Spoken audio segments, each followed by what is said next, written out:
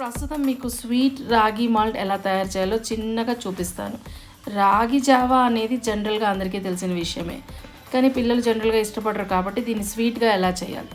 Just boiled water చేసుకొని మేము మా రాగి మాల్ట్ని ఒక చిన్న గిన్నెలో వాటర్లో ఒక పేస్ట్ లాగా తయారు చేసుకోవాలి. ఇప్పుడు వాటర్ బాయిల్ అయిపోయాయి కదా, ఈ బాయిల్ అయిపోయిన వాటర్లో మా రాగి మాల్ట్, ఈ హీల్ త్రూ మీల్ వాళ్ళ స్పెషల్ రాగి మాల్ట్ ఏదైతే ఉంటుందో అది అలా కలపాలి.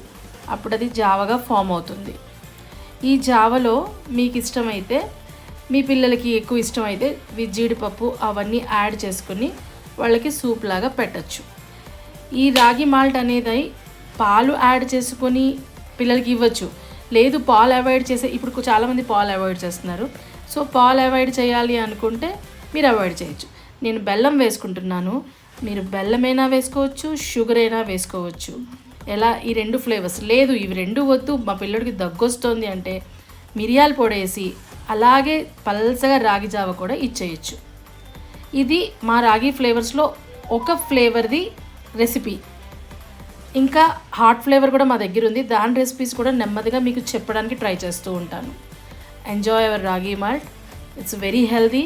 ముఖ్యంగా సన్నగా ఉన్న పిల్లలకి మీరు రెగ్యులర్గా ఇస్తే నేను గ్యారంటీ వాళ్ళు తప్పకుండా మంచి ఒళ్ళు పడతారు.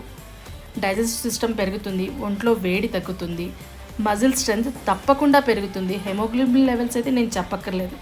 రాగిలో ఉన్న విశేషాలు మీకు ఎలాగూ తెలుసు.